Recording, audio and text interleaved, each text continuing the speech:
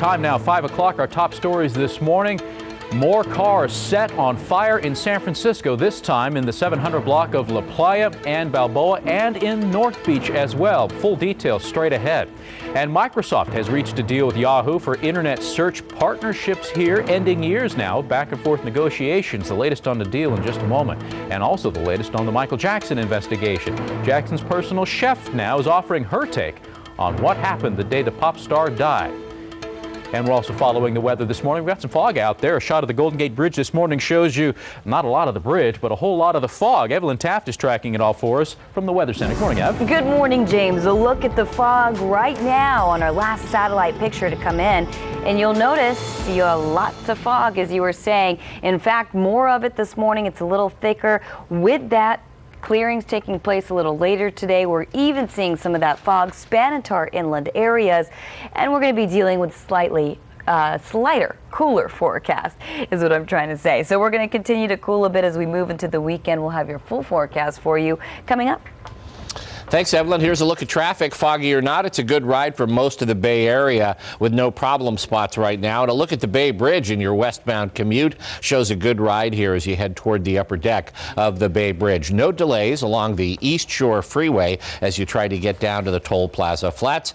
And I'll have a complete traffic check straight ahead. James, good morning. I can't bring up my road numbers.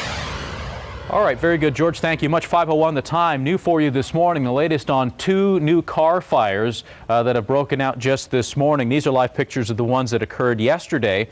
Again, with the car fires, we had 4 of them burned, 3 of them deemed suspicious by San Francisco Fire. But again, this morning, reports of 2 new ones now. In fact, I brought up a map on Google Earth here where I put pin marks on the map to show you exactly where they are. I don't know if we can bring up my computer or not, but I'll just let you know. The first one happened this morning right here at the intersection of Balboa and La Playa Street, right here along the ocean side part of San Francisco. You can see it there on the far west side of Balboa. And then way off here in North Beach here, 350 Francisco Street, another reported car fire this morning. And so now San Francisco Fire is investigating those. We've had, what, a whole rash of them, more than 10 now in just the last week alone. So this is turning into somewhat of a disturbing trend, and obviously investigators with the San Francisco Fire Department are going to be working feverishly to get to the bottom of this and find out if this is a case of a serial arsonist or not. We'll find out. We'll let you know. All right, at 5:02 right now, we're also giving you the latest on the budget this morning. We're following the latest with Sacramento. At this point, there's not a whole lot going on right now. In fact, let me bring up the latest script here. We've got Governor Schwarzenegger ending the saga, obviously, over California's stalemated budget, an enormous $24 billion budget deficit, but not before obviously slashing nearly $500 million more from services to the poor and the sick and the elderly. Those were some of the cuts that he had to make with his blue pencil, the line item veto there at the last minute. In fact, let's take a quick look here at what we're looking at here. The additional budget cuts that he made, $6.2 million more were slashed from state parks here across California for a total of $14.2 million that could result in a closure of up to 100 state parks now. Could be shut down because of the budget crisis that we're in. $80 million in child welfare service cuts could actually reduce funding to counties for hiring social workers. About a little more than $60 million in Medi-Cal cuts also were initiated yesterday. That will obviously reduce some of the administrative costs the state is incurring with that. $50 million or more were cut from healthy families and health insurance programs for low-income children. We've got another graphic here that we'll bring up as well. And this one also shows you that $52 million was also cut from the AIDS prevention program here in California. $2 million in administrative costs were cut from Cal grants, $25 million in state departments. That was set aside to pay for increases in employees' health care costs.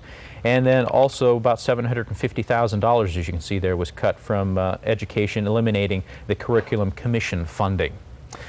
So not a good day. Nobody's really happy with the budget, but at least they have something passed now that'll at least get us till next year, and hopefully pretty soon they'll stop having to issue IOUs to people. All right, at 5:04, let's get the full check of weather now. Evelyn Taft standing by with a look at that. Good morning, Ev. Good morning, James. We want to get a look at Storm Tracker 4 since we're tracking 5:07, and we want to get a check on traffic with George. Thanks, Evelyn. Good morning. Well, it's a pretty good ride around the Bay Area. It was just continuing through the Altamont Pass into Livermore. James? All right, thank you very much, George. Now giving you a quick update on the latest in the investigation into Michael Jackson's death. And we're learning this morning that Michael Jackson's personal chef is offering her take on what happened the day the pop star died. In fact, she told the Associated Press that her first hint that something was amiss the morning of June 25th was when Jackson's doctor didn't come downstairs to get Jackson's breakfast.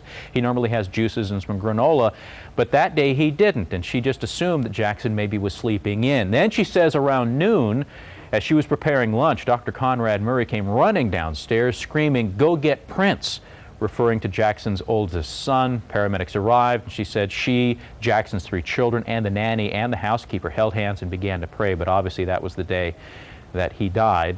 She says the pop singer's focus, as far as she could tell, was on healthy food. She wanted her to prepare healthy foods for him and the children. She adds that she saw no sign that Jackson had been in failing health or was on drugs. Speaking of drugs, let's bring up again this website from TMZ. They've been tracking the latest developments coming out of the LAPD, and at this point it looks as though police are looking into a massive investigation into prescription fraud. They say it wasn't just Dr. Conrad Murray that was responsible for giving Jackson medications that maybe he wasn't entitled to. It was a whole string of doctors. In fact, they say Jackson used more than 24 aliases to score drugs with the help of doctors. A lot of doctors, 19 in fact alone, were mentioned in affidavits that were used to secure warrants against Dr. Murray. They of course searched his personal residence yesterday in Las Vegas, but a whole lot of doctors are said to have been involved in procuring prescription drugs for Michael Jackson over the years, and so there'll be a whole lot more names than just Dr. Conrad Murray that we'll be telling you about in the coming days. All right, 5:11 is the time. We've got to take a quick break, but we'll be back with more here on the KRON 4 Morning News, so stay with us. Let's go outside, give you a live look this morning. Oh no, we'll take a live look when we come back. Stick around.